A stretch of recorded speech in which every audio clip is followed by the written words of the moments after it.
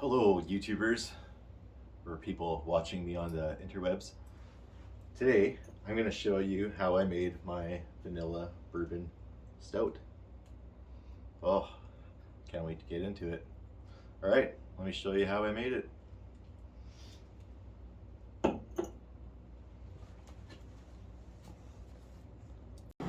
So, this is my backyard. It's my skating rink here, and it is only 0 degrees Celsius, so I think that's 0 in Fahrenheit as well. I'm not sure, but it's not quite freezing temperature. So this might be the only day I'm gonna have to brew. Got all my grains right here already weighed out, and got my mill set up. Got my water heating up. I will post the recipe in the description. What I'm making is basically a vanilla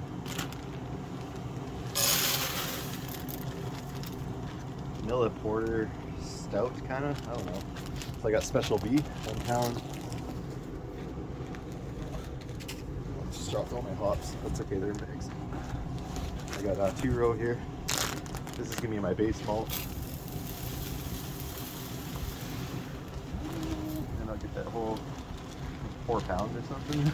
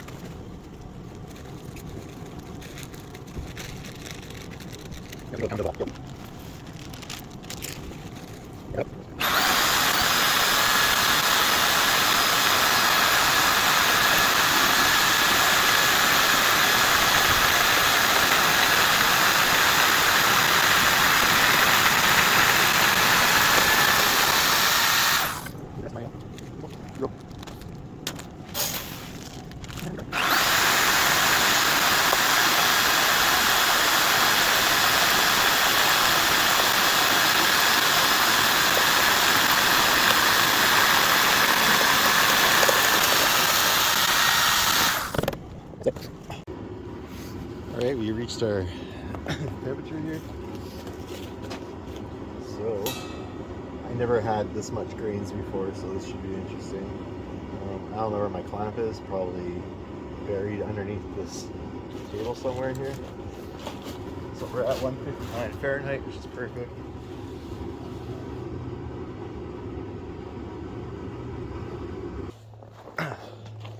I have to slowly do this. This is like this Home Depot bucket's almost full. But yeah, it smells awesome. So. This is only a 10-gallon, or no, it's an 8.5 gallon kettle. So it was calling for 6.5 gallons for my water, I believe. Could be wrong, but I might have to just add water, which is gonna decrease the alcohol. Uh-oh. Okay. We're okay so far. I was worried we were gonna overflow. I think I know my kettle. Once you start brewing with your own equipment and stuff, you kind of learn what your water limits are at. And I usually do, I don't know,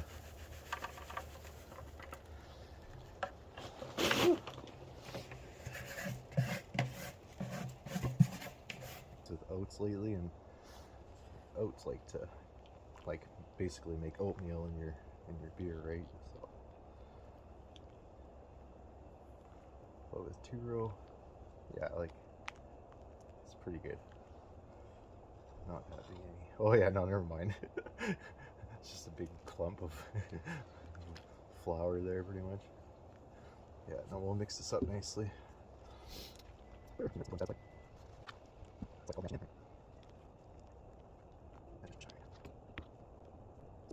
Let's see.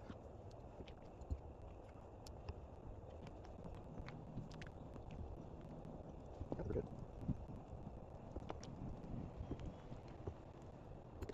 Oh, let's mash.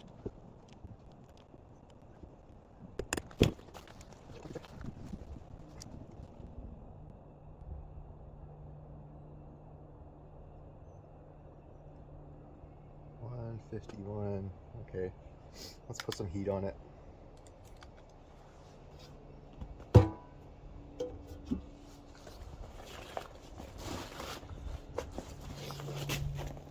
And then we'll come back later. All right, so I got about 14 minutes actually exactly left in my mash here. So I added some heat because I noticed it did drop down to about let's say like 149 or something like that. So it's still okay, but not ideal. 143. I mean, oh, 145. 146. So let's add some heat.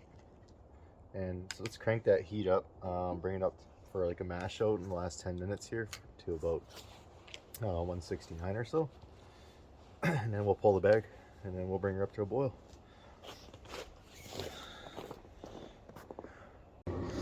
Alright, well, I didn't get to record me pulling the bag out, but I used my little hoist system here.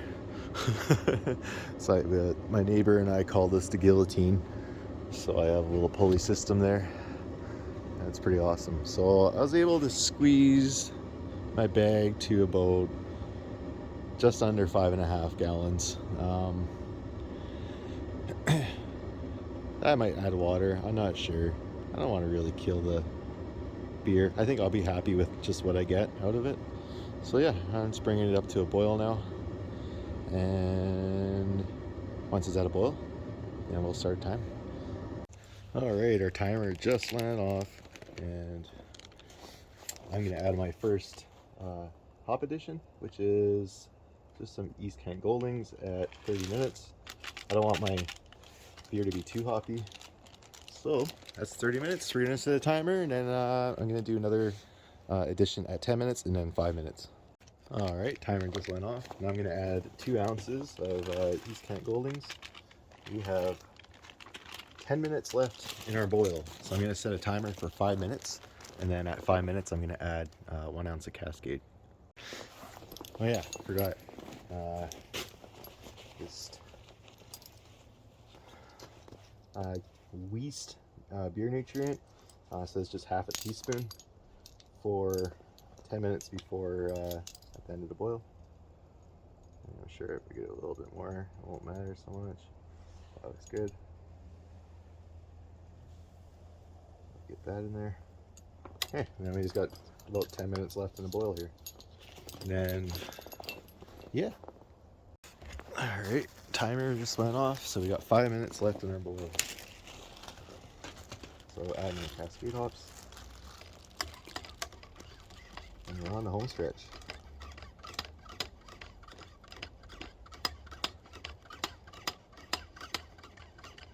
Get that nice and mixed in there. Alright, 5 more minutes. As the cats are watching,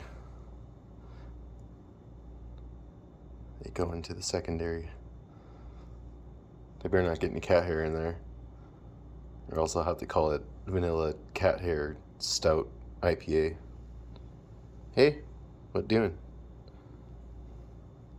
So I put some just half an ounce of bourbon soaked oak chips in there, and to a little dry hopper, and then I added a teaspoon and a half of pure vanilla extract. I did taste the wort, or after it was fermented. It tastes pretty damn good. So yeah, pretty excited. So a couple more weeks in the secondary here, and then over to kegging, and then we'll try her out. All right, here's the moment of truth. think I got just under 5 gallons, so that's not bad. But if you've never seen how to keg before, I wish I had, you know, oh, I can't think of it now. Okay, well, here we're going to be kegging. I don't have a way to do it without oxygen, but my beer has been sitting in the secondary for 10 days. I just came under 5 gallons, so it's not too bad, but it should fill this guy right up. I took my airlock off, very important, or else you're just going to suck all that star sand into your beer, which is not the end of the world. That little amount won't kill you. I've read of people doing that, but yeah, here we go. I just wish I just had a way to do it without a, like oxygen free way. But so once I get this keg filled up, it has been sanitized, by the way. I pulled all the parts off and sanitized, washed and cleaned everything, and the hose, of course. And the beer looks really good. No floaties. So yeah, it looks very clean. So we'll see how this goes, and then I'll show you how to just pressurize the keg. I'm not going to carb it yet. I want to get it to, I'm going to let it sit another 24 hours inside my keezer here. And then once it's nice and cold, then I will force carbonate it. I just wanted to show a video of how clean it looks. There was just a couple bubbles that came up. That's just from the dry hopper in there that just sank to the bottom. Well, you can see the dry hopper there now. But yeah, no, it turned out really good. There's no signs of an infection. It looks very clean. All right, and she is full. There's a little bit of headroom, which is just perfect. You can see in there. It looks good. So I just noticed a little problem here. I just hooked up the gas, but I haven't turned the gas on. This little guy here. Oh, zoom in. I didn't even put gas or pressure on it, but I can feel it's already gonna cause a problem. I'm just gonna give it a little bit of gas, see how she goes. I'm just trying to get the oxygen out of the tank right now. Yeah, I can hear it hissing. So I'm gonna, oh, yeah, and then here comes some liquid. So that's why you do a little pressure test before you do everything. So I'm gonna swap that post out. Luckily I got some spare parts. All right, clean, sanitized, put a new top on that piece or post. And now to turn on my gas again here, and we'll take a look. Let's check for leaks.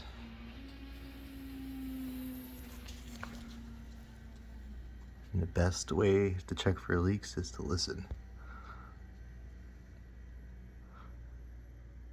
And I think she's good. So what you're doing here is once you do get all your beer in, all I'm doing here is just adding some pressure, which is going to seal my lid as well. And you just want to be pulling your prime a bit. Actually, what you're supposed to do is have this lid loose and then use about 20 psi on your CO2 tank, and then as you're adding pressure to your keg, your lid should self-seal on here. But I mean, I've done this so many times now that I'm pretty confident in not having any leaks right now. So I'm just gonna prime it again. And I know all that air is out of there now. So now I could disconnect my gas. And I'm just gonna let this beer sit for another 24 hours or so. And then tomorrow I will force carbonate it.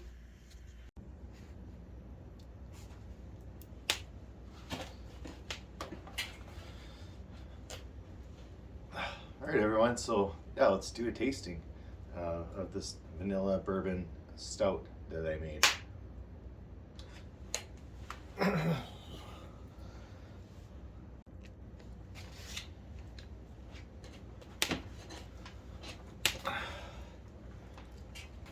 All right, well, here it is. This is my vanilla bourbon stout, and I'm just gonna go in blindly here and see how she tastes. I did take a sample before it was carbonated and before it was cold, when it was just after it was done fermentation, before it went into the secondary. and I haven't tried it since I did some dry hopping with oak chips that were soaked in bourbon.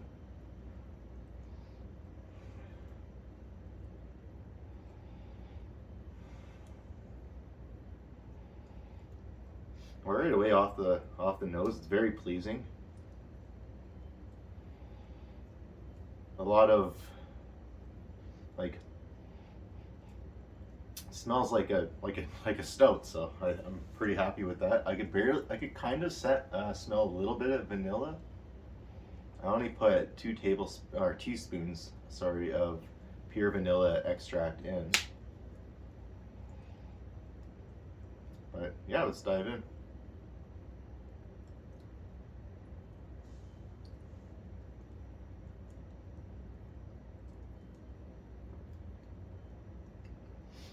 That is good. I'm getting a bit of chocolate, a bit of caramel. Not so much as the bourbon or oak kind of taste that I did want, but smell-wise, it smells great.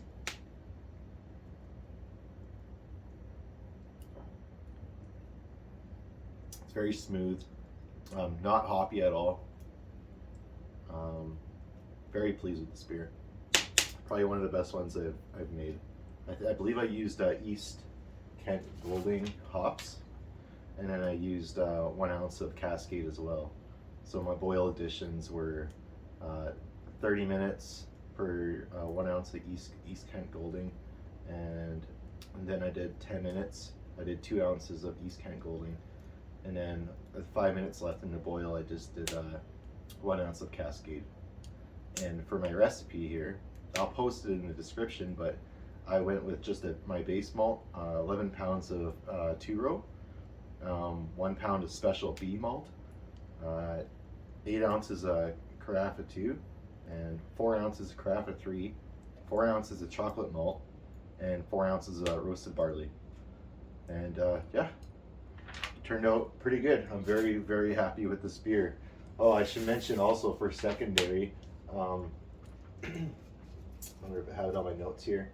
I went with 3 ounces of oak chips that were already soaked in bourbon, and I let those sit in there for 10 days. As well as I added, I was going to go with vanilla beans originally, but I decided to just go with vanilla extract due to finding vanilla beans. So, but yeah, no, this is definitely a good beer.